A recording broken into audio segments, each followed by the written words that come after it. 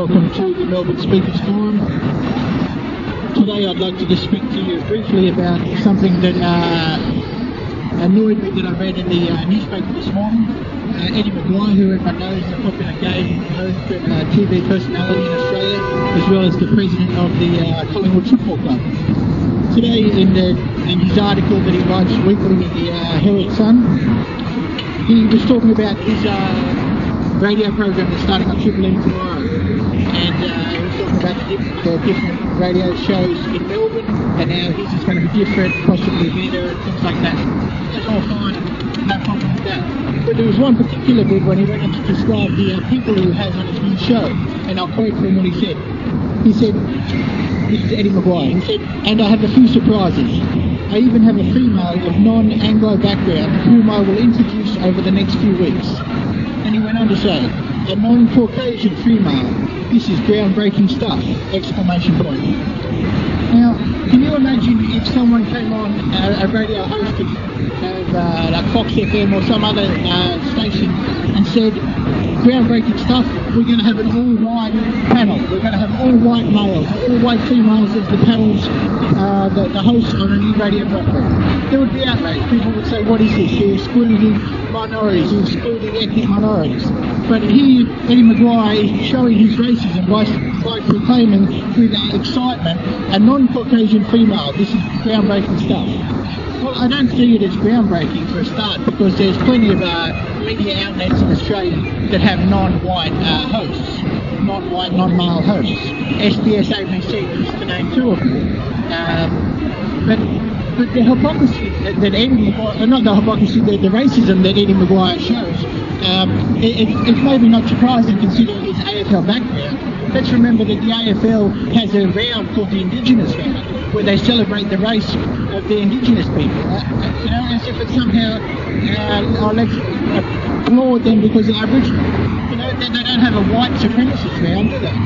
But yet they have an Aboriginal round. They even had, I think, in the last year or so, they had a team of the century, an Aboriginal team of the century, where they chose people as being great representatives of AFL footballers who, and this was the important part, were also Aboriginal. So if you weren't Aboriginal, you weren't included in the team.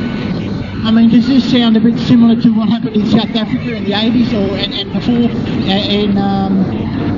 before Mandela came to power back in the 80s in South Africa? I mean, this is the sort of thing that Australia is to fight against and have sanctions against South Africa because we supposedly condemn racism. Yet now in Australia, we've got this racism against non-ethnic and non-Aboriginal people. You might loosely define it as white racism towards whites. Now, there's a few other examples that you might not be aware of, or if you are aware of, they're probably just sort of seeped into your mind as, oh, that's acceptable because of so-called affirmative action. Now, a couple of these other institutional forms of racism are the NITV, which is the National Indigenous Television Station. It's available on cable TV, and it's a television station which has got an Aboriginal focus, and it's got Aboriginal presenters, and it's all Aboriginal. Now, there's no equivalent channel offered for other places, like an all-white, a pro-white station. That's not allowed. But somehow an all-Aboriginal or pro-Aboriginal station is allowed. It's not racist, but somehow good. It's ridiculous. And there's another one in Melbourne. There's this radio station called Koori Radio, which is Radio 3KND. There's also an awards program that's shown newly on SBS and receives government sponsorship called the Deadly Awards. And what that is, it's a celebration, a so-called celebration of Aboriginal culture, which includes the awards to outstanding sporting and entertainment figures who are Aboriginal. So you might be the best actor who is an Aboriginal for that year, as deemed by some panel. So, you have to be Aboriginal is the primary thing, which is very much in apartheid or segregationist philosophy, like I said before, that they had in South Africa back in the 80s and before. And that's just, it's just outrageous that sort of thing is tolerated in Australia and actually funded by the Australian government. There was also recently the United Nations the United Nations criticised the philosophy or the so-called racism behind the intervention, the Aboriginal, the Northern Territory intervention, which sought to stop sexual abuse of children in the Northern Territory. Now, the United Nations, or someone from the United Nations in the last week or two came out and said that that was racist, and so this shouldn't go ahead. Now, or this shouldn't be allowed to continue. I mean, their own United Nations Charter includes exemptions for special things based on cultural or indigenous cultural practices. You know, the slaughter of animals in a certain way is allowed because of certain religious practices. Circumcision and some other sort of things which ordinarily would be deemed as inappropriate or unacceptable are permitted under the United Nations Charter because they are considered of indigenous cultural significance. You know, so the United Nations is coming from a point of massive hypocrisy anyway. But there's other examples in Australia that if the United Nations really wanted to point the finger at racism in Australia, they could point at aspects of abstract. Like if a student in Australia wants to go to university, they can apply to high study, right? But if they're Aboriginal, they can apply to ab study, which is a higher rate. And why do they get a higher rate? Who knows? But it's because they're Aboriginal. You know?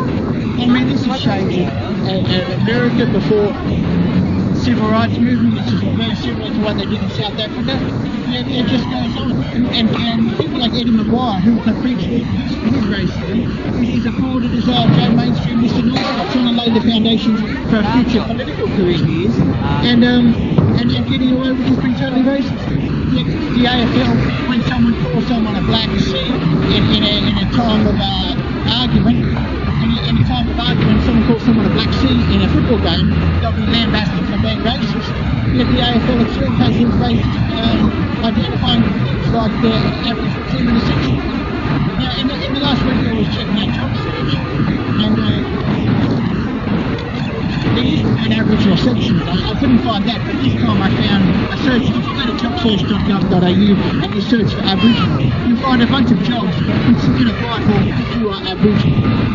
And it's not just ones relating to Aboriginal culture or Aboriginal arts.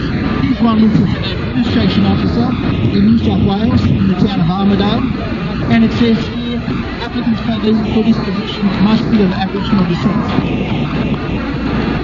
Another one, Aboriginal school-based angry-crazed, and the top line says, are you a current year 10 student? Are you Aboriginal? Are you current to the year 12? If you answer yes to all these questions, you might like to consider a career in banking, and it's for the ANZ Bank. So this is the sort of thing that goes on, this sort of under the radar racism, and it's been tolerated. It's pro-Aboriginal, but it's unapologetically anti-white racism. And if people are saying racism is so bad, then all racism should be considered bad. Not just selective racism considered bad, and other racism considered acceptable.